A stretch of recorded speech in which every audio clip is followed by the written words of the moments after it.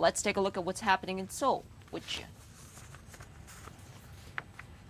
Thank you, Carrie. Korean markets are slightly lower now than the open, but the pharmaceutical names are still rallying. The sector is up more than 10% on news of the Hanmi Pharmaceutical deal. That is the biggest diabetes, actually not just diabetes, the biggest drug deal ever in the history of the Korean pharmaceutical industry.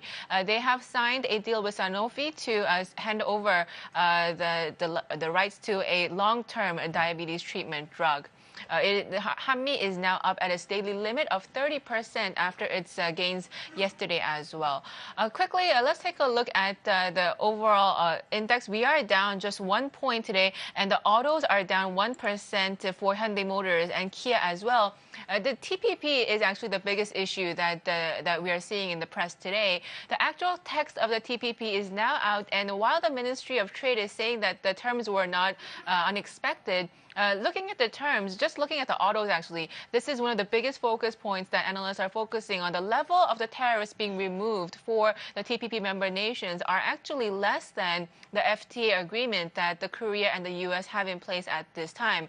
Also, the fact that for the autos, the Korean-US FTA means that tariffs are removed starting next year, while for Japan and the US, as per the TPP, it will be spread out over the next 25 years, meaning that the Korean automakers are at an advantage on this point. That was a check on the Korean markets about 2 hours into trade. We'll be back on Squawk Plus with much more. Stay with us.